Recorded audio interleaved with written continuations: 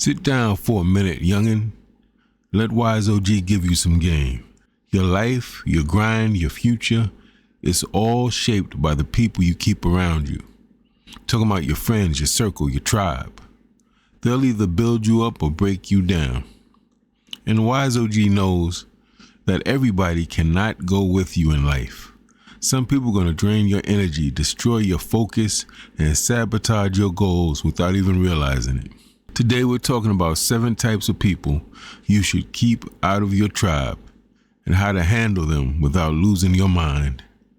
But listen carefully, because one of these 7 is the most dangerous of all, and most men don't see it until it's too late.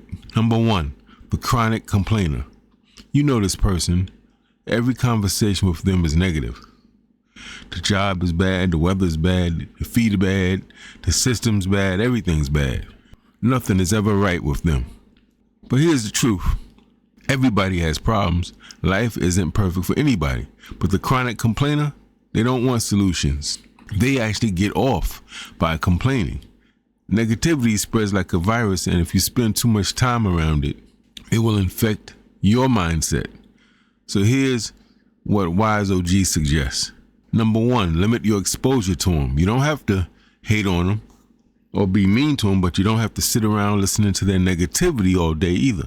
Tell them you got something to do or you don't have time to talk. Another strategy you can use is redirect the conversation. Ask them, okay, so what are you doing about it? What's your solution or remedy? If they keep complaining instead of trying to solve the problem, maybe it's time to create a little distance and end that conversation politely. Protect your energy. Number 2, the professional victim. The professional victim believes nothing is ever their fault. It's always the boss, their parents, their kids, the system, the government, their ex, somebody else, never them. Now, yeah, sometimes life is unfair, but if you constantly believe you're powerless and that you're never to be held accountable, you'll never grow. Victim mentality is contagious. Stay around it too long, it'll start to leak into your own mindset. So what does Wise O.G suggest? First of all, hold them accountable. Ask them, what are you going to do about it? Or what can you control in this situation? Second, protect your own mindset. Don't let their helplessness infect you. Your growth is non-negotiable, so politely redirect the conversation or end it. Number 3, the excuse maker. The excuse maker now this one is tricky. They talk real big. They got big goals. They're talking about big dreams. But somehow, nothing ever happens. I'm too tired. I'm too broke. I don't have the time. Excuses are cheap. And a man who lives in excuses, he's never going anywhere. A Wise O.G reacts differently. Don't attempt to advise them because their excuses have excuses that have excuses. You'll be talking to them all day in circles. So instead, what you should do is just learn to judge people by their actions, what they produce, by their fruit, not by their words, because anybody can talk a big game, but at the end of the day, results are what matter. Number 2, surround yourself with people who plan, prepare, and get things done, because discipline is contagious. Laziness is too, so choose carefully. Now let me ask you something. Have you ever noticed some people always seem to have chaos around them? Every week there's a new argument, a new fight, a new crisis, a new problem. Drop a comment if you know somebody like that. Don't put their name in it though, because this next type is the one that's causing all that chaos. Number 4, the drama addict. Drama addicts live in constant chaos. Every week there's a fight, problem, crisis, and somehow they always are in the center of it and they want to get you involved in it. Here's the problem. Drama consumes your time, your energy, and your focus. How are you going to build a worthwhile life for yourself if you're constantly getting involved in someone else's foolishness? So what does Wise O.G suggest? Refuse to participate in drama. Stay neutral. Don't choose sides. Don't get involved. Second, set boundaries. Your peace is your power. Protect it. Either tell them you don't have time to talk about it, listen for a little while, tell them that everything will be okay, and go about your business. Number 5, the gossiper. They know everybody's business. They talk about everybody behind their back. They spread rumors. They share people's secrets. They don't know the difference between public versus private information, and they know absolutely nothing about discretion.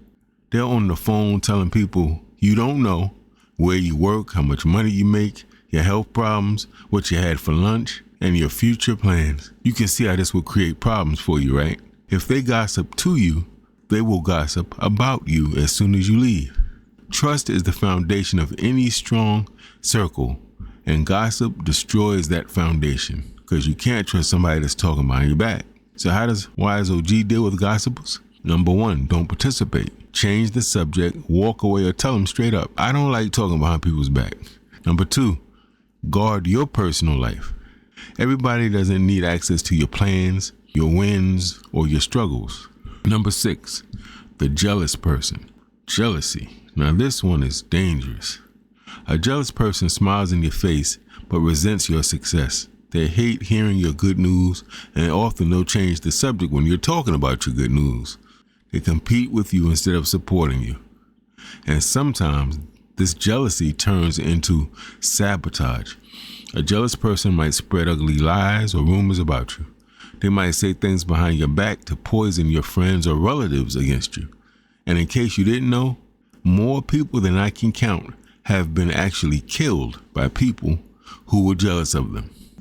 How would a Wise O.G. handle them? First, you move quietly. Don't broadcast your plans. Don't share all your wins and your victories and your good news with them. Second, keep emotional distance. Be polite and encouraging, but limit their access to your life. Give information to people on a need-to-know basis. If they don't need to know it, you don't give it. Celebrate your wins quietly and protect your energy. Number 7, the pleasure seeker. These are people who are allergic to work or study for a prolonged amount of time. They live only for fun, comfort, and distraction. Most of their time is spent preparing to socialize, thinking about socializing, or, of course, actually socializing. Partying, playing games, drinking liquor, smoking weed, gambling, shopping for clothes. Responsibility, discipline, long-term goals. These things are not their priorities, so they take a back seat. To the pleasure seeker, being responsible and taking care of business are not important. You know why? Because they're not fun. Here's the danger. Some people will try to pull you into their lifestyle, and if you're not careful, it will destroy your focus and your grind. How do you respond to that? Number 1, protect your time. Schedule your time to have fun after you've handled your business, and let them know, I can't do that right now. If I can make it, I'll let you know later.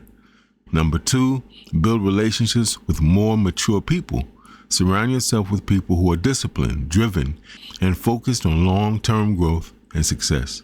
Look, your tribe shapes your future. The 5 people closest to you usually determine where your life is headed. You don't rise to the level of your dreams. Sometimes you rise to the level of your tribe. A Wise O.G. doesn't hate people. He's not antisocial. He just chooses his circle carefully because he knows how important your circle is to your success. So protect your energy, protect your mind, surround yourself with people who push you forward. And remember, your tribe will either elevate you or quietly destroy you. You've been warned. Wise O.G. out.